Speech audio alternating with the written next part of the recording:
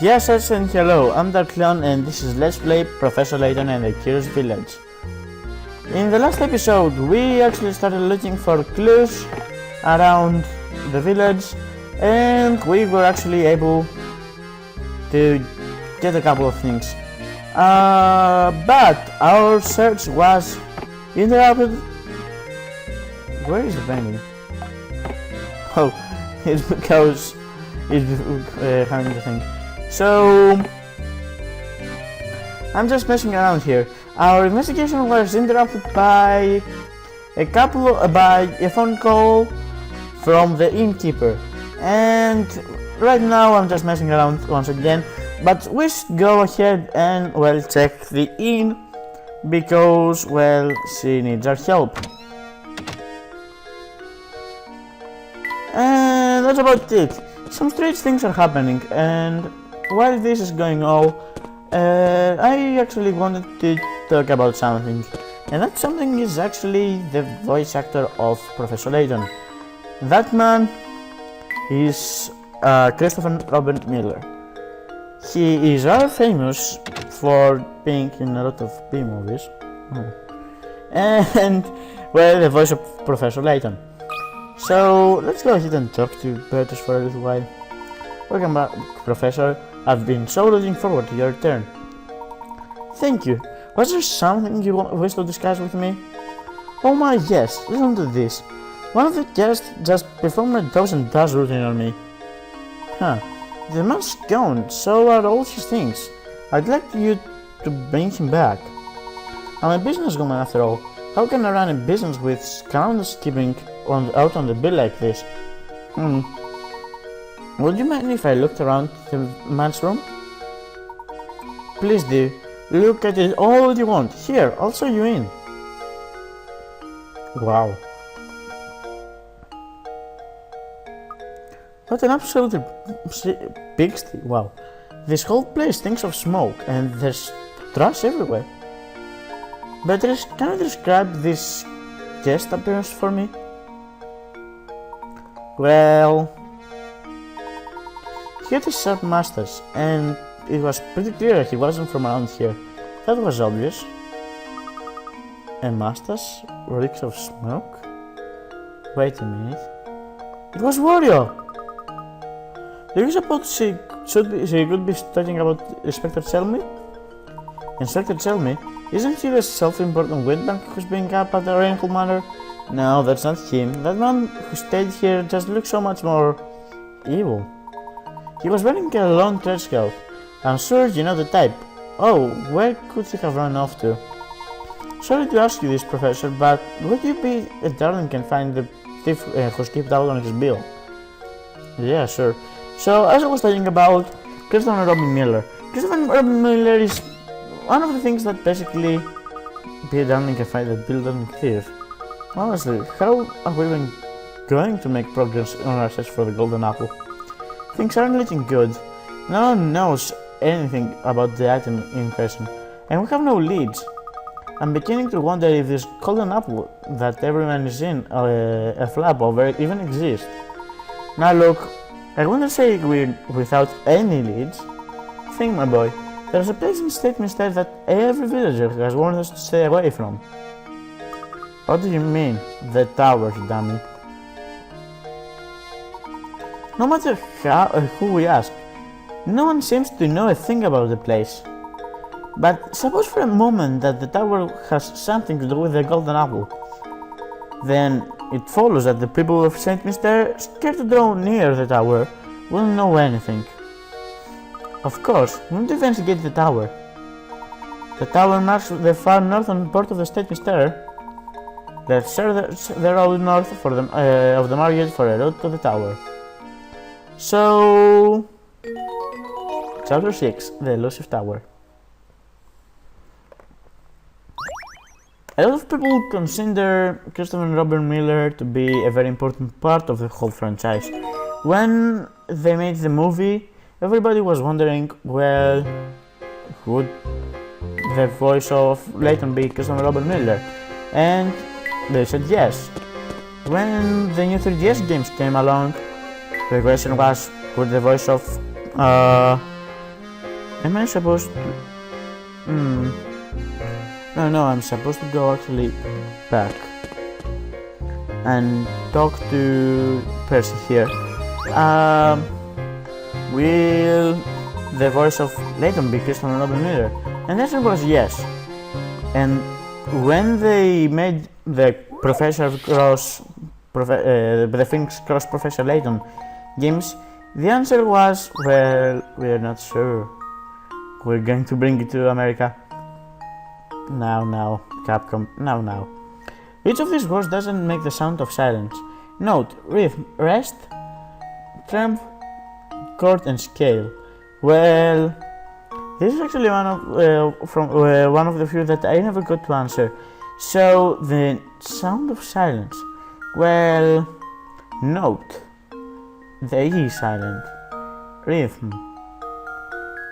Nothing is silent actually. I guess I'm pronouncing this wrong because rest there's also nothing, no silent letters. Treble, the second is, well, silent. Chord, the H is silent because if it wasn't it would be short.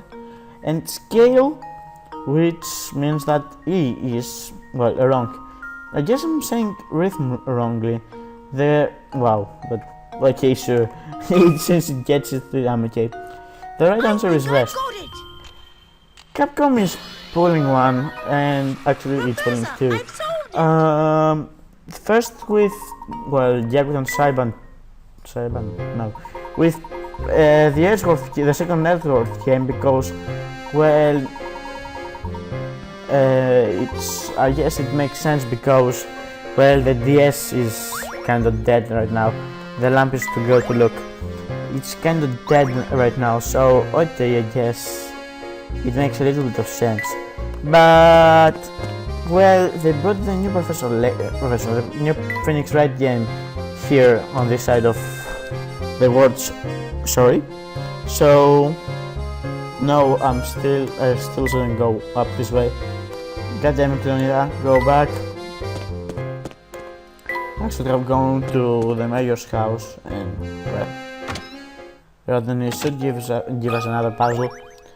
And I'm really not happy about the whole things with a new Phoenix game. I'm happy because, well, I can't get it anywhere here in Greece.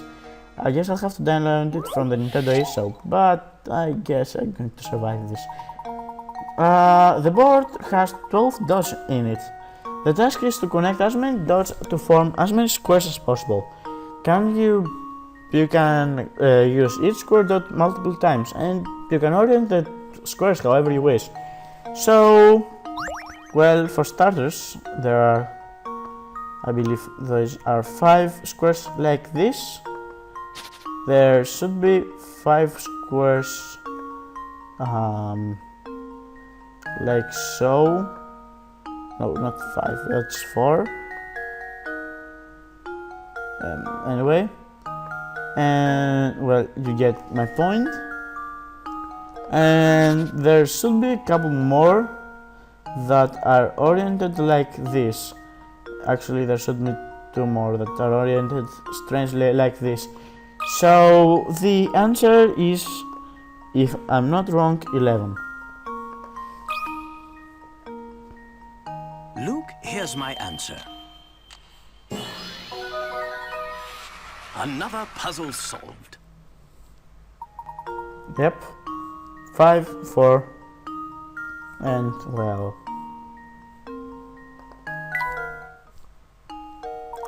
yes, that's the answer. Very well, I approve your application to visit Mystere. What? Well, the gramophone is obviously to go to Layton. And, well, let's move on. And that's actually about it. There's nothing more to say about the Phoenix Wright games. So, I believe we have to go in here, but I may be wrong. No, we have to go here.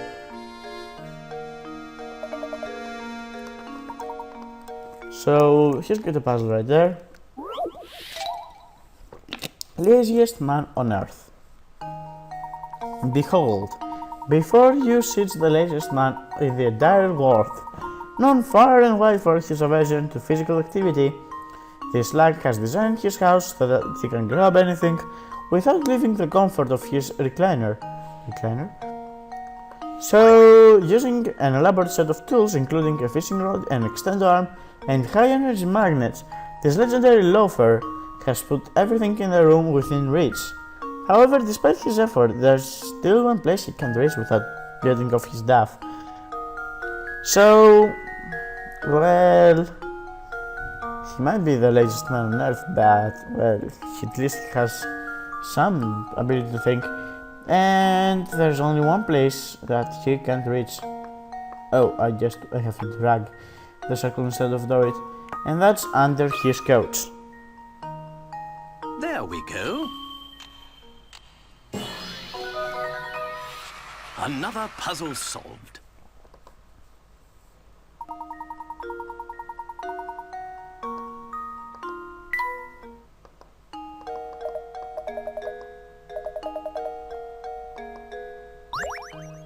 The tick table is to go to Professor Layton, obviously, since we gave him the other tick thing, and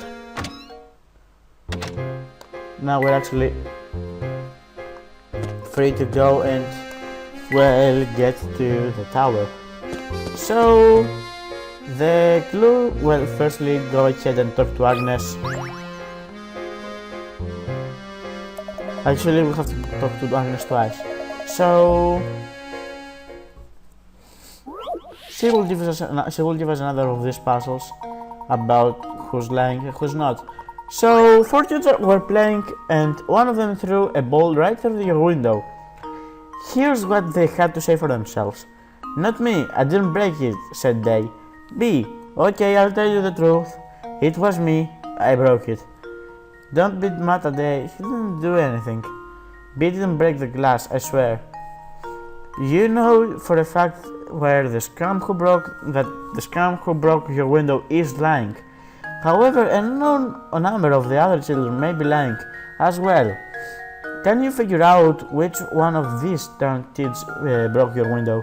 Well, the kid that did it is also lying, so let's start off by assuming that, well, I don't know, B did it. Because, okay, he will tell the truth. So if he's really telling the truth, then B is lying. And wait, the one that broke the window is lying, so B can't be saying the truth. And therefore D is right. So B didn't do it, and, well, D may have done it, but we don't know about that. No, B is saying the truth, so he's also not the one that broke it. So it's either A or C. Don't be mad at A, he didn't do anything. Not me, I didn't break a thing. Well, both are saying that A didn't do it, so probably A did it. There we go. Critical thinking is the key to success. Poor A. Anyway. Sure, whatever. Go ahead and talk to Agnes once more.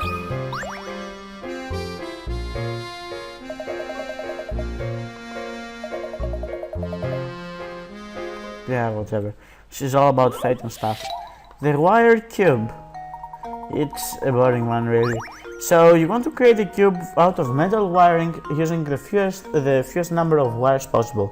You can bend each wire as many times as you want, but no portion of the cube can have more than one length of wire running over the same edge. Don't worry about how one wire will connect to the next, because you'll use a soldering iron later on. What is the fewest number of wires required to complete the task described above? Well, to save you some time, the number is 4.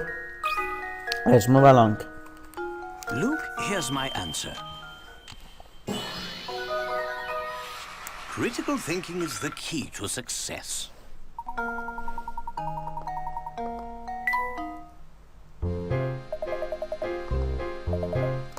It was meant to be sure. The globe, I believe, is to go to Layton because, well, Luke has the map already. So, let's move on ahead, and literally mean ahead, and we're actually on the path to the tower. And there should be one right here, one over here, one here in the flowers, and one right here. And there's also a sliding puzzle here. Why did I make all these puzzles? Anyway, so cue the music.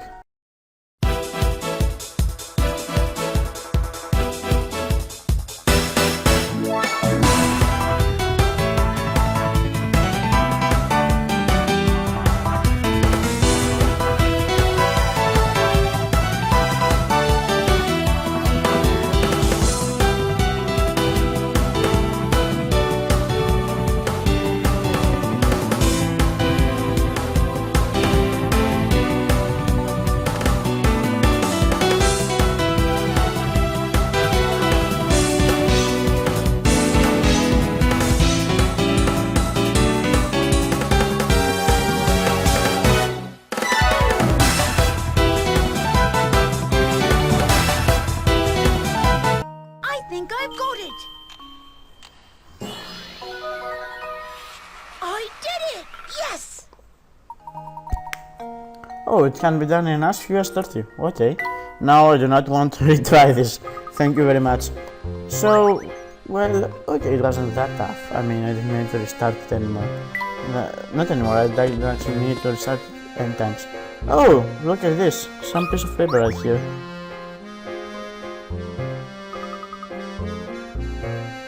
Oh, what's that on the ground? It appears to be a scrap of paper. Can you please read what's written on it, Luke? Leave it to me, Professor. I can solve this reading puzzle. The boss hasn't been himself since Lady Violet's passing, and he shows no sign of recovering. That's why I decided to make one as a tribute to Lady Violet. I'm sure it will put a smile on his face. Yes, now it makes sense. Could our mystery author be him? I've worked my fingers to the bone trying to cheer up the boss. Looking out over State Mystere, I see a thrilling, bustling village. With so many villagers to keep him company, maybe he can finally be happy again. That's the end of the page. Professor, what's the matter? You look deep in thought. Can't confirm my suspicions at the matter, but I think it's safe to say that it goes deeper than we thought.